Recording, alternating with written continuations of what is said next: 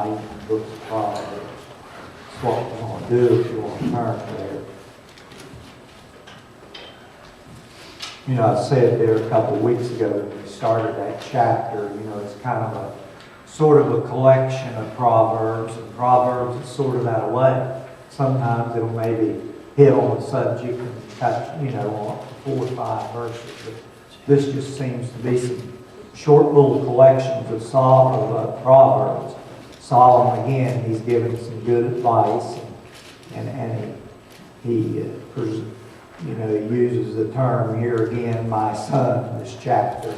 It's like, again, you know, that he's done before there. He starts out, though, making a contrast.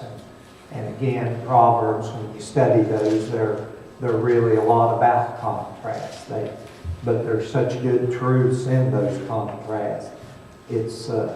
But in this collection, we also see even a contrast between the godly, the wicked, the foolish son, and the wise son. So I'm going to share, I think I'll just read the first 14 verses of that if you want to follow along. And we'll talk about them. If you've got anything, you know, that pops in your mind, maybe it's something that we need to hear.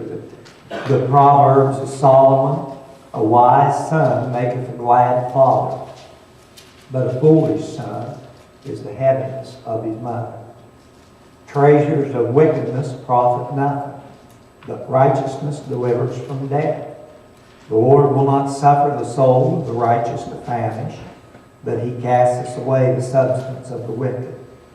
He becometh poor that dealeth with a slack hand, but the hand of the diligent maketh rich.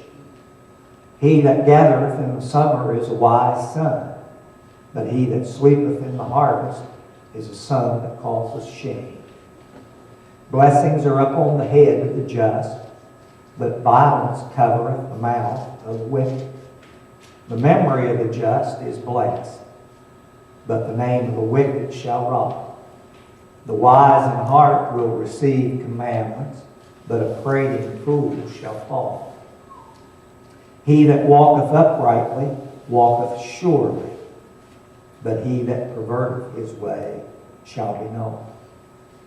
He that winketh with the eye causeth sorrow, but a prating fool shall fall. The mouth of a righteous man is a well of life, but violence covereth the mouth of the wicked. Hatred stirreth up strifes, but love covereth all sins. In the lips of him that hath understanding wisdom is found, but a rod is for the back of him that is void of understanding. Wise men lay up knowledge, but the mouth of the foolish is near destruction. That's the first 14 verses there. Like I say, it touches on several different things in this collection, but kind of starts out with 2 sons, and the Bible more than once uses that analogy of 2 sons. Christ even used one of the parables of a younger and an older son. In fact matter, over in Luke in the 15th chapter, we've all read that parable, that story of the prodigal son, the younger son and the older son. But here we see both sons, and I think I briefly a couple of weeks ago touched on this, but both sons here has an effect on the parents. And, you know, the parents needs to, I wrote in the notes, the parents needs to make an effect on the children. And this can be, again, negative or positive. I really believe that. And I've always thought, you know, and I think the Bible, the first thing that God kind of instituted in the Bible was family, a man and a woman, you know. And so I know the family is very important to God, and I know so much of the training, so much of what's going to happen down the road in the life of children. I really believe it starts in the home. I just do. I think godly parents, we can't put enough emphasis on that.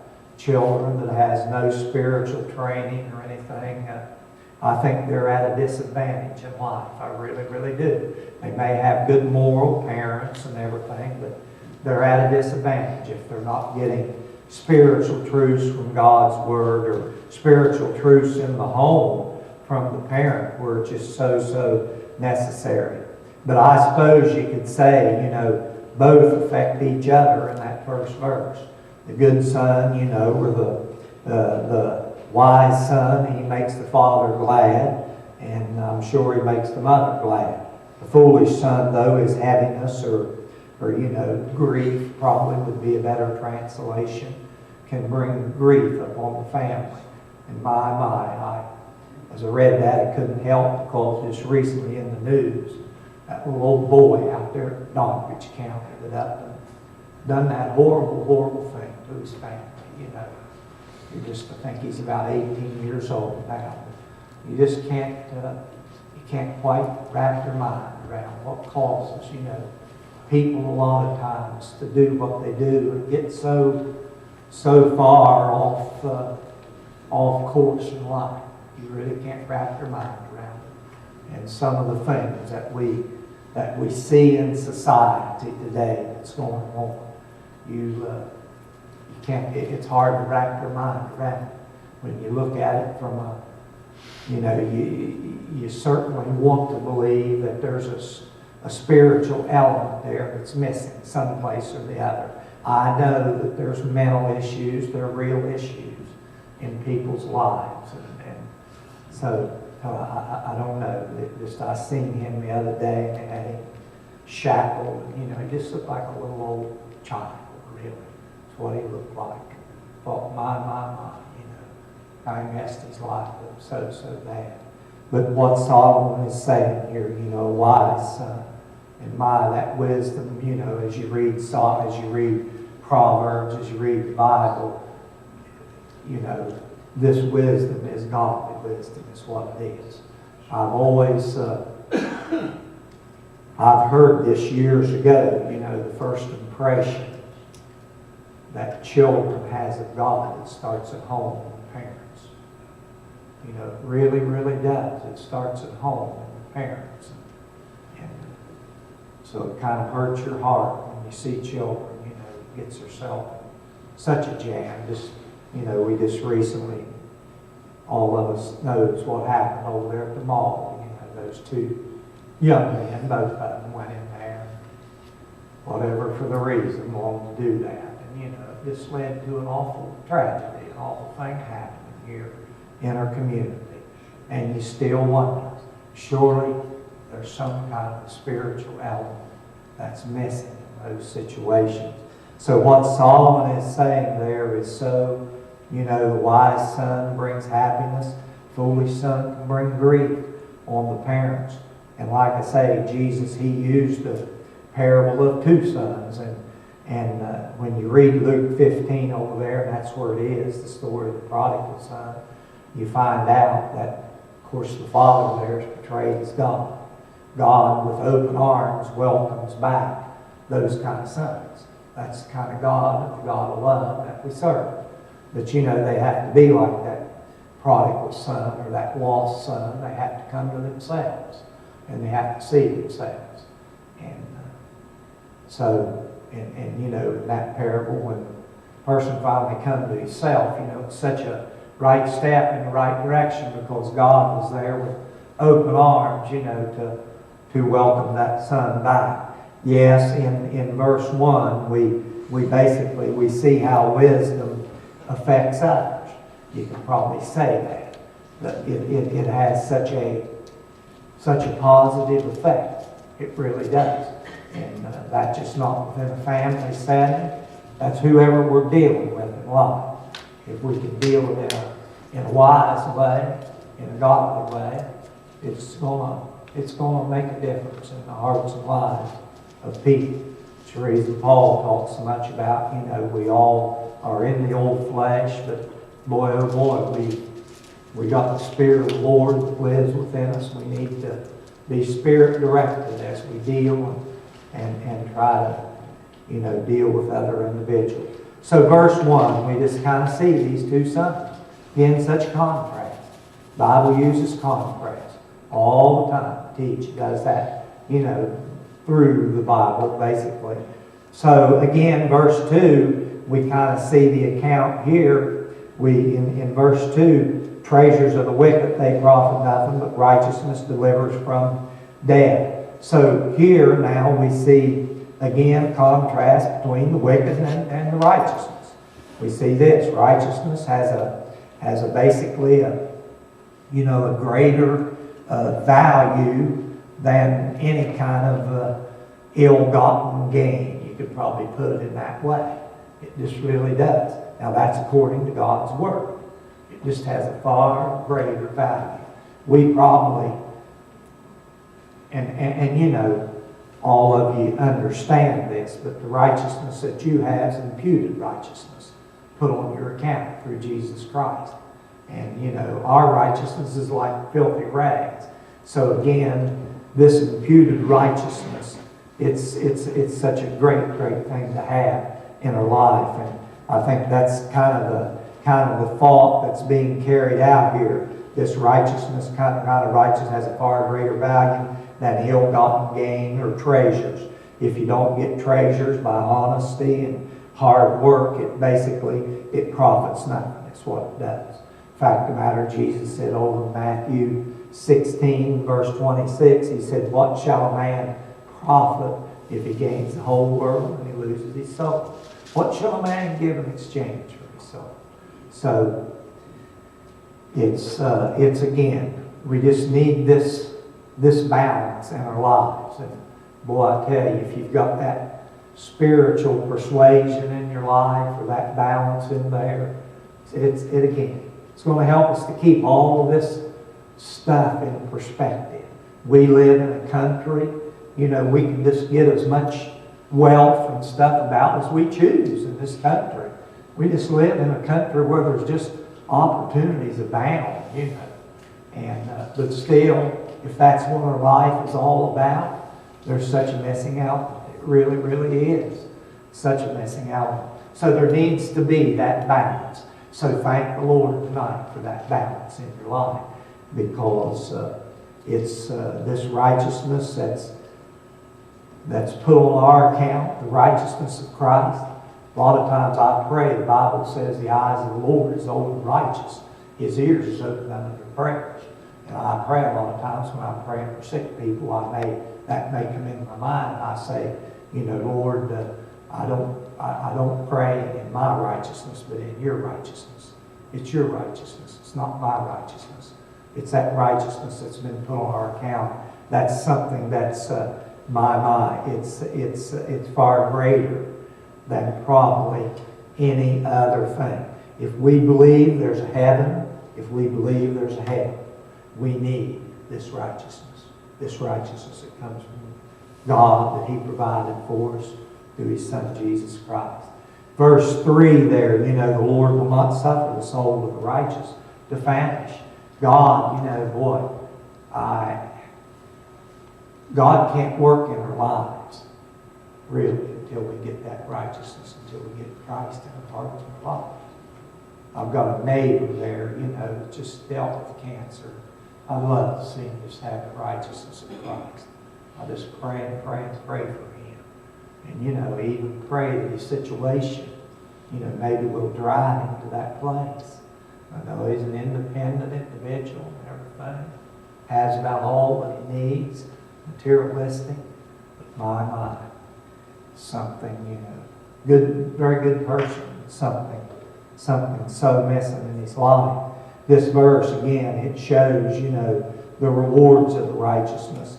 It shows that the righteous alone with, you could talk forever so long about this righteousness. And the reason I say that, and we'll talk more and more about it as we study the book of Proverbs, because there's so much in Proverbs concerning righteousness. The Lord will not suffer the soul of the righteous to famish, but He casteth away the substance of the wicked. In other words, the verse shows, again, the rewards of this righteous alone, with numerous other verses in the Bible. Again, the contrast, the wicked. The Lord, you see, the Lord, you're kind of has a tendency for, you maybe ought to say it, but you sometimes wonder why people can't. They're just like they're spitting in the wind in life, you know. They just can't get ahead for nothing. And you sometimes wonder, you know, again, and I know it doesn't always maybe happen in that way, but as you read that, you see he cast away the substance of the wicked. And you know, a good place for us to all be in life is to understand God's involvement. He's involved in the lives of people. He just is. And as you read some of these things, you kind of see that. They're a little hard to wrap your mind around it. But God's involved in the hearts and lives. He's involved, you know, I think it's probably only been a couple of weeks ago I preached about Cain and Abel. And God was involved in the lives of both of them. One of them was from the wicked one. God was still involved in his life. And so you kind of see that even in the study of the Proverbs. There's an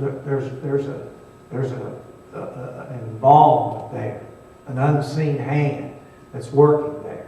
And boy, we need to praise him. We need to praise him. We need to look to him and seek his face, you know, in whatever we're doing. Again, the contrast, the wicked, the Lord kind of strips away the substance. He scatters it, so to speak. God's hands, again, is involved both in the righteous and even in the wicked. And I think the Scriptures spell that out. He's involved in it. Now, if you guys got anything you want to say, jump right in here and say it as we do these little collection of these proverbs. This is just some of my thoughts after studying a little bit on some of these. But again, here in verse 4, he becometh poor that dealeth with a slack hand. What's he saying there, really? A slack hand.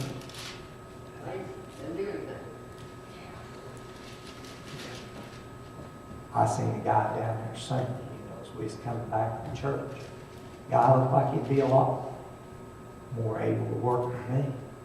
You know, he's standing down there as cold as it was. He just went along. There was a guy handed him something, you know. Seen he had a sack of food. I mean, he looked like a young man, strong man. I don't know.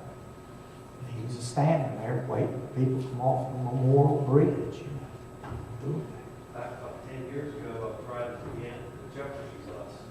Here in Vienna, downtown, that goes out through North End and stuff.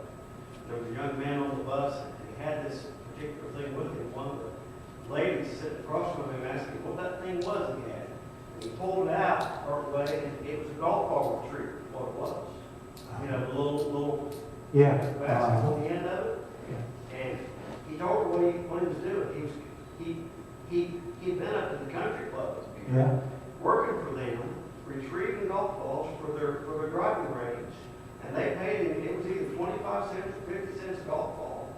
For every golf ball, he would go out and find and bring back in. And they'd clean them up, wash them up, and then they'd have for the driving range. It cost them a lot less money than buying new golf balls. And he was earning his own money that way. Yeah. And he was going around to the different golf courses doing the same thing. I like to do that. Man, I like to come golf. Probably 19 years old, I'm guessing, you know. Yeah. And it was in the summertime, you know, it was hot and stuff. He was out doing his thing. Yeah. And I thought, well, that's pretty good. That sure is. Admirals, really. Slack hand. In the Hebrew, that word carries a thought like treachery or deceit or idle. That's what it kind of carries a thought in that way. Yes, he'll become poor. He becometh poor that dealeth with a slack hand. So the contrast again, we see it even in that. The hand of the diligent maketh rich. You shoot yourself in the foot, is what I call it. One tries to get things, you know, deceitful or in a way of being lazy or whatever. You kind of impoverish yourself, so to speak. In other words, God again honors determination and eagerness and wanting to try to, if that's done again in an honest way. If we believe God's word, his approval, again, so important in our life. It really is. But anyway, verse 5 again, we see this. He that gathereth in the summer is a wise son, but he that sleepeth in the harvest is a son that causes shame.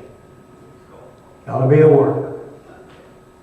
I'll tell you something. I don't know if you read this. Yesterday was Squirrel Appreciation Day. Yep. Read that yesterday morning. I went out and filled an old squirrel feeder up. About 3 or 4 fresh years gone. The Lord blessed me. About 2 or 3 hours later, I looked out and there was a big old black squack. He was right on top of that jar that Fred made me. Next thing he had down, he got clear inside that. He's, jet black. Big old black squirrel. I told Darlene, I said, old black squacks out there. Did you not read that in the paper? Yesterday's Squirrel Appreciation Day. Said them squirrels will eat insects. I'd never heard of such a thing. Huh? I thought they just ate nuts and everything like that. Didn't say a thing about eating them either. Man, those squirrels are tasty. You know, nature itself, I've always felt, it teaches us some awful good lessons. That old squirrels in my yard, they'll just bury that stuff. They can just take down there, and even them kernels of corn they will. And of course, it's talking about that in that article, about how they're such good tree planters. They plant these oak trees and replenish, they help do that. They're just valuable. I think what's more amazing is, Huh? I think what's more amazing, not only can they dig it, but months They later. can find know it. exactly They where it's smell at. it, see. Yeah. Yeah, they can. But they said in that article, they'll say once in a while, they forget where they put those or whatever. They don't get it. They'll sprout up, an old acorn. Next thing, you got a tree coming up. I remember a Christmas morning up here where I lived back 6 or 7 years ago, where the squirrels had go along the edge of the building and bury the acorns. And on Christmas morning, there were 6 or 7 wild turkeys right underneath our windows up there, scratching away, getting them acorns. Oh, Because it was so cold, and frozen and everything. And I got up on Christmas morning and thought, what in the world is going on? Trying to break in. And I went in there and looked out, and you can look down and see. And then later, someone mentioned there was like 7 turkeys right up there next to the building. well, Linda, probably they've come to Linda's house after they finish yours. I feed them. Yeah, Linda feeds. Yeah, it's kind of neat. It really is. But you see that verse there, I follow that because one gathers and one sleeps. And this verse again is about provision, planning, and working. And again, thought being the sleeper brings kind of shame. They don't plan, they don't prepare, they don't do anything. Well, I tell you, hard work just pays off. And there's nature theology out there. Those daggone squirrels, it amazes me. I buy sunflower seeds over there next to Badgers. I get 25 pounds of them. They shell them right out. They'll shell them out. They're black, and inside they got a thing that just looks like a shelled out sunflower seed. And they'll just fill that jar, will just be full of them little shells, and they can just do that so good. Now I watched a bird the other day, a little bird, a small bird. He got up on this pole where I got this hang down feeder, and he was busting them open. He'd hold his little old foot and pecking at it, his old bill, and then finally open up, and he'd get the seed out there. He's shelling in. Just amazing, they're workers, boy. You just work and work, get one seed, hanging. But yes, verse 5, contrast. Verse 6 and 7, contrast between two when it comes to society, so to speak. Because verse 6 and 7, blessings are up on the head of the just, but violence covereth the mouth of the wicked. The memory of the just is blessed, but the name of the wicked shall rot. What's he saying there? Basically, again, it's probably a contrast between these two when it kind of comes to society. Their contribution to society is either blessings or it's violence. 72 or 3 people was indicted in the paper the other day. You see that? seen And it. it's so sad because the vast majority of those people in their twenties and thirties. Sure. And a lot of them was called meth. Yeah, The it's drugs. drugs. It's drugs. You know, and we pray and hope that some of those people, stop and think about what they've done, and try to get their lives on a different pathway. Yeah. If they don't, then what are they going to be to this point? I looked at that word cover, speaking of violence, covereth the mouth. And I looked that word up in the Hebrew, and it carries a thought there. It carries a thought to fill up, or it implies to close the mouth.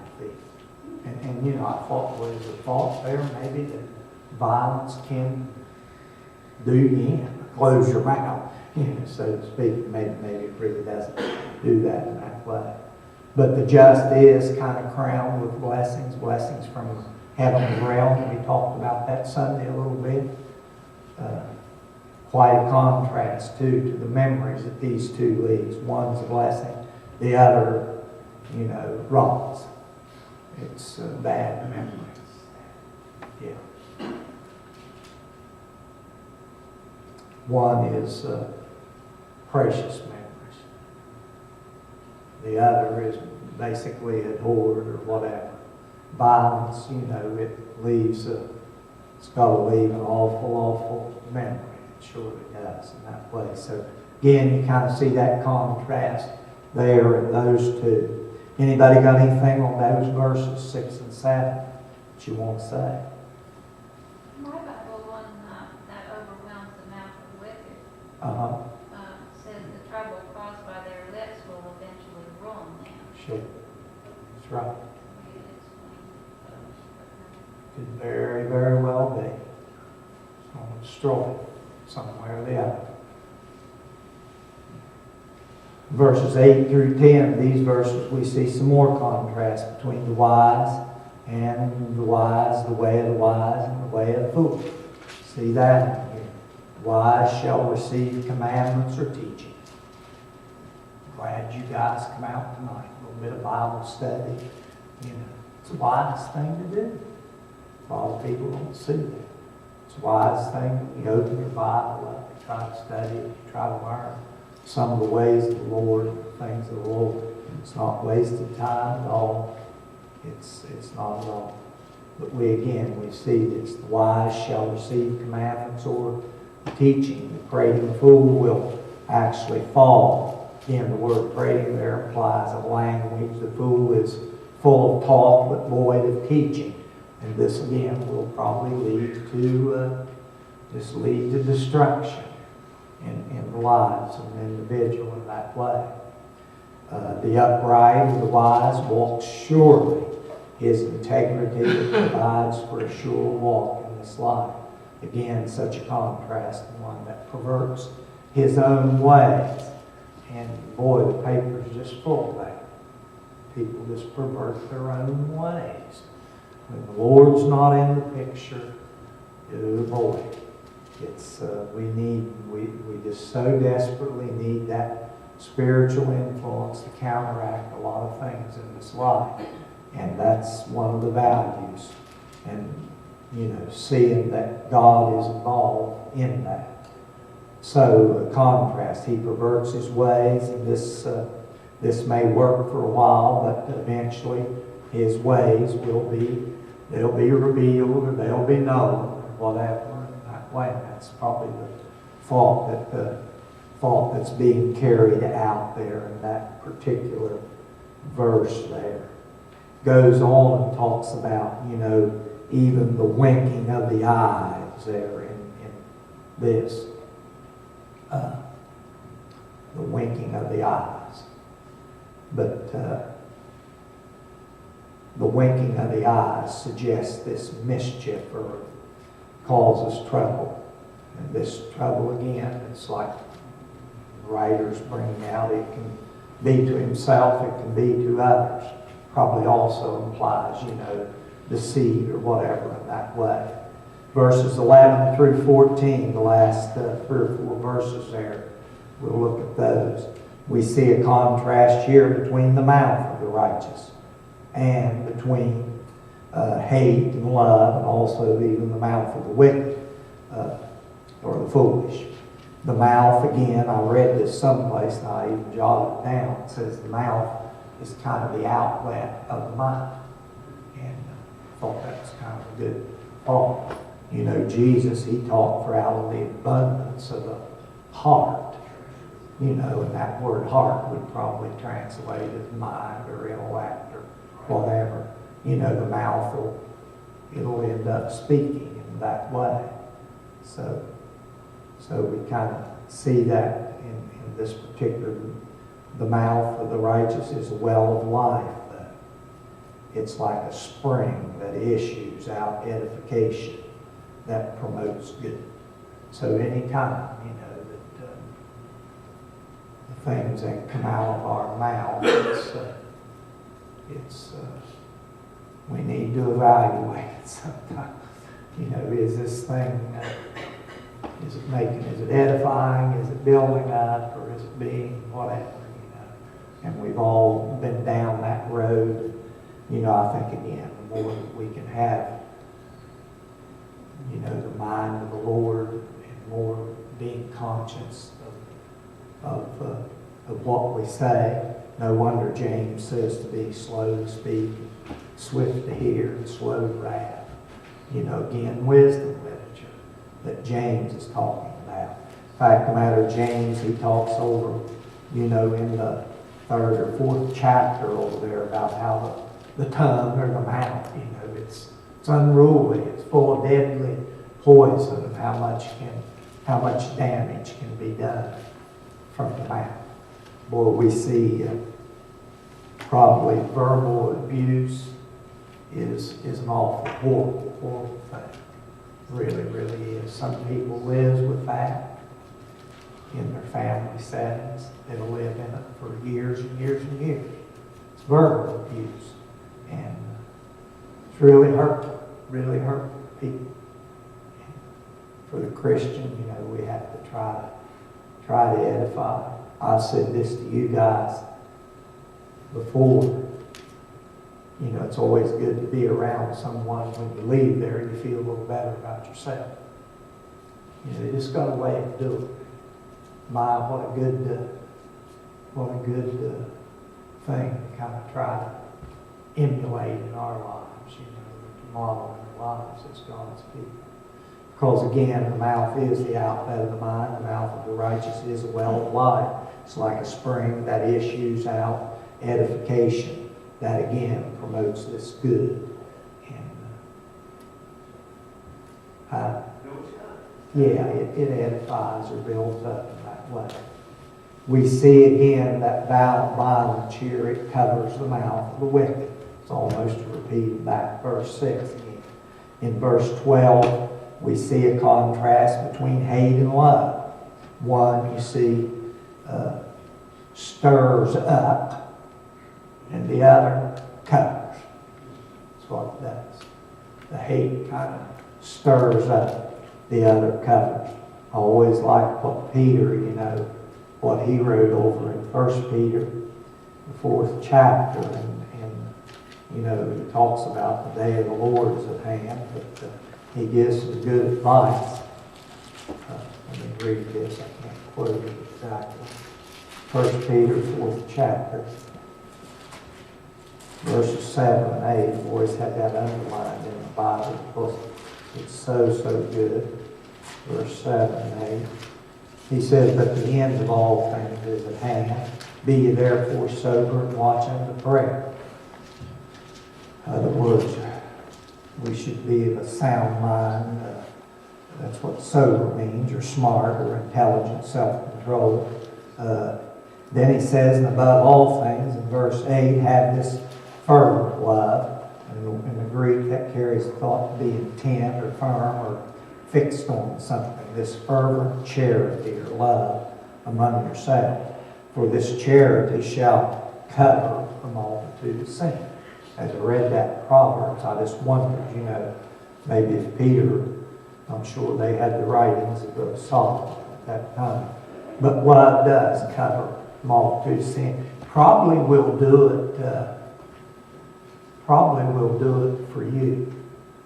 You know, and I think some thinks maybe that's sort of the thought there in the light of the last day, having this fervent or this warm love, this fervent love for each other will make your own sin even less obvious to others. And again, it's such a good witness for each and every one of us to have this fervent love in life. So anyway, that's probably the thought there between the hate and the love. One can stir up. I had someone just very recently tell me they hate God. And then it kind of surprised me because they turned around and started talking about their father. Putting them down all the time, saying it's worthless. So it just makes me right back to think so much of the time, you know, just it's a sad thing. Oh, hatred, it can, sometimes I think, you know, that can even be built in the lives of children if we're not careful. We're not careful. Especially what they might, you know, experience in their homes or whatever. But anyway, quite a contrast between the two. If you go on and on and on, the Bible talks so much, you know, about love. It's throughout the Bible. It's used all the way through. It really is. Verse 13, you know, kind of in the concluding two verses of this, wisdom is found in the one that has let me go back to my Proverbs and read that false here. In verse 13, it says, in the lips of him that hath understanding, wisdom is found, but a rod is for the back of him that is void of understanding. So, pretty strong like language here, really, but wisdom is found in the one that basically has this understanding. Probably can't separate it much from knowledge or wisdom of the Lord, that has this kind of understanding. Wisdom is found in that sort of an individual. Other words, the one who has spiritual discernment is probably kind of the thought that's what, you know, that's being carried out here. Correction is ongoing for the opposite, basically. It's probably sort of the contrast between the two there. The lips of him that has understanding. Wisdom is found. How valuable that is. But the rod or correction is for the back of him that is void understanding. This understanding, you know, a lot of times, even in spiritual issues, these children, they understand a lot more than what we give them credit a lot of times. They really, really do.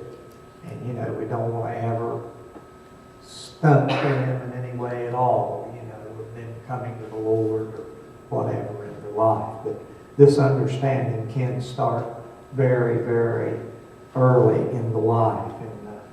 And like he's saying, the lips of him that has this, or the mouth of the one that has this understanding, there'll be wisdom will be found in him. Verse 14, the wise man, he stores up this knowledge. Good advice for each and every one of them. Wise men, they lay up knowledge, but the mouth of the foolish is near destruction. It's almost repetitive over and over again in these verses. But the wise man does store up the knowledge to be used, you know, as life unfolds, and he does that. But the mouth of the foolish is on the brink of destruction. And that's probably the thought that Solomon is carrying in that. So that's the 14 verses tonight. Do you guys have anything at all on any of those that we talked about? I know it's a lot of different things, but just like a collection of all these little proverbs. You could probably take any of them and sort of build a Bible study, you know, around a lot of them. You could do that if you, but time wouldn't allow us to do that. But next week we'll continue on, unless someone's got something they want to say. We can continue on and read on down through this chapter and try to touch on the rest of it next so we can understand. In that verse 9. Yes. The verse 9, walks with integrity, walks securely. Yeah, The first thing came to my mind was our government. Yeah. representatives. yeah, you can see a lot of things in it, Sandy, as you read They're these. found out and they don't think we're going to be. Yeah, yeah, the wise receives commandments or teachings. They really, really do. Yeah.